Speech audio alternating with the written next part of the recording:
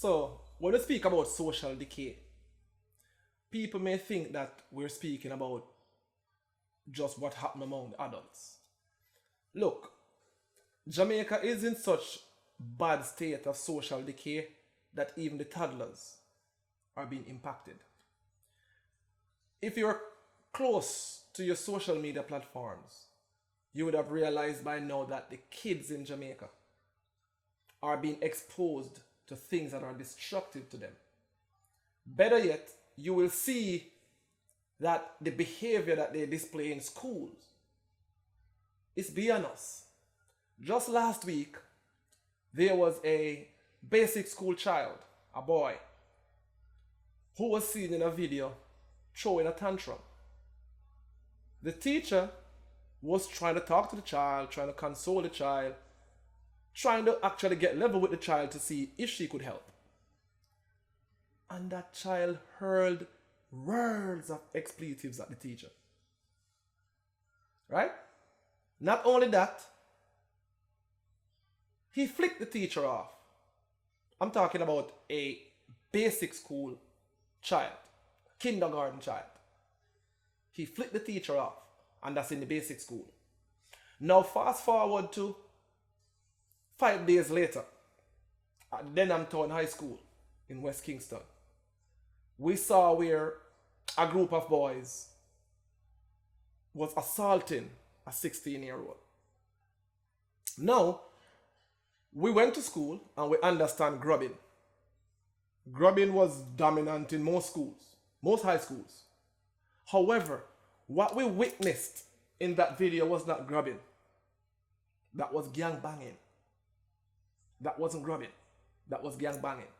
Now, you had this one young man with his belt undone, his pants basically opened, ordering other students to close the door.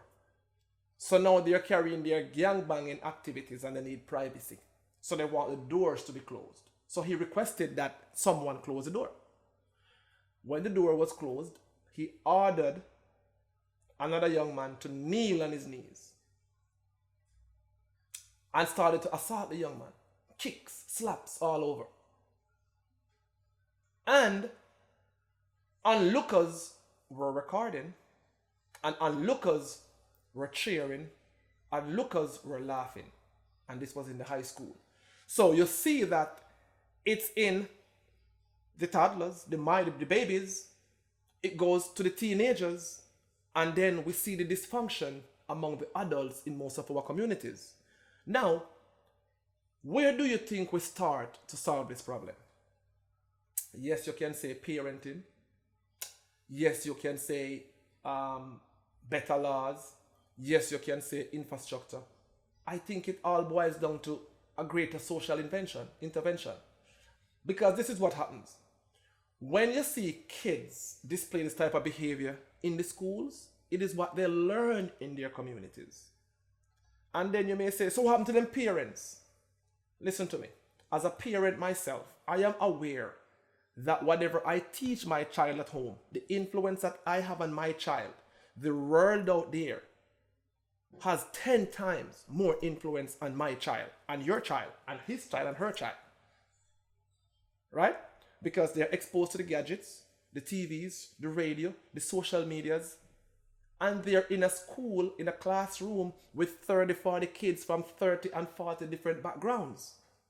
How do you think your one person, your one self, can compete with all those influences that your child is exposed to? It's difficult. Now, they ask, what is the government doing? Well, what can the government do? What can the government do? We're in a nation where 90% of our youngsters who see people become successful, the people that they see as successful are not people who are legitimate. These are people who are illicit people. They get successful through illicit means. Now, that means they see the scammers, they see the hustlers, and they see the dons. Now, in a garrison community, The only person that a young boy sees that he can look up to and say he wants to be like that person is either an artist or the don or a bad man. How can the government help there? How can the parents help there? Back to my point about social decay. It is impossible for the government to combat a system that is so drastically eroded. First, they don't know where to start. Where will they start? You're going to start in the homes. Let's start in the schools. Let's start at church. Let's start in the communities. It's difficult because it's decayed on every level.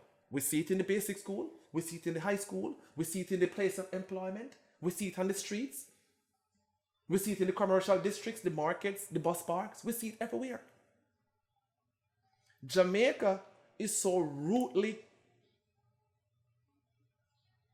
embedded in this gangster, bad boy, I have to be tough, I have to be the man culture that is impacting even the kids, little girls, little boys.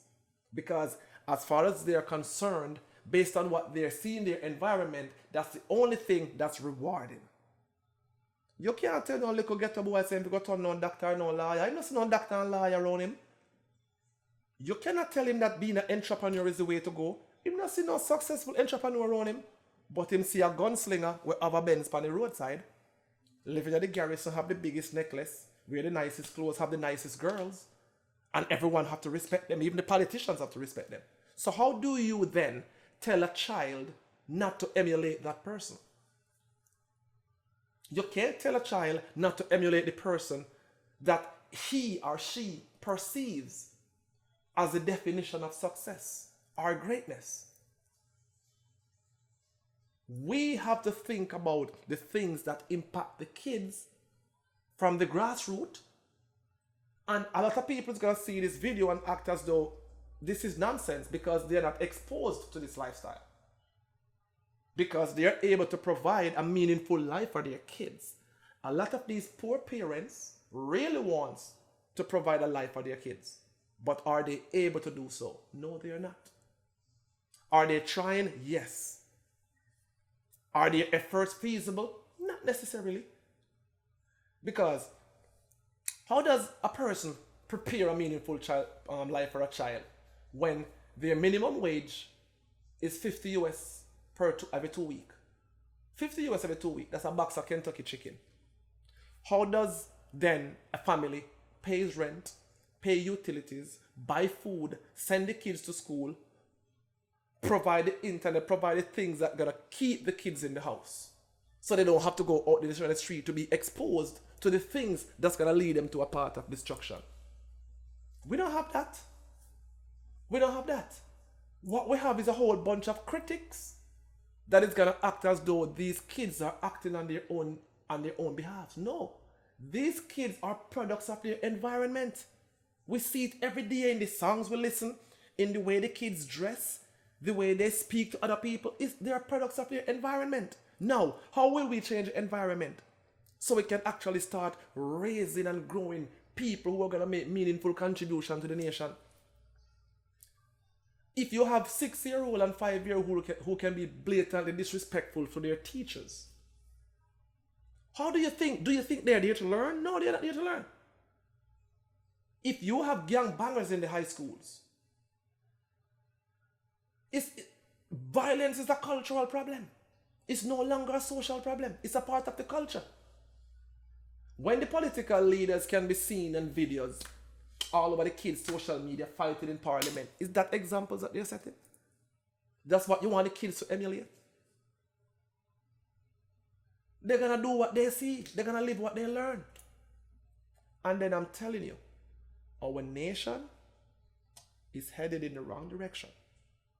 And agree or not, support this view or not, the change starts with you, your neighbor, your friend, your sister, your brother, your cousin.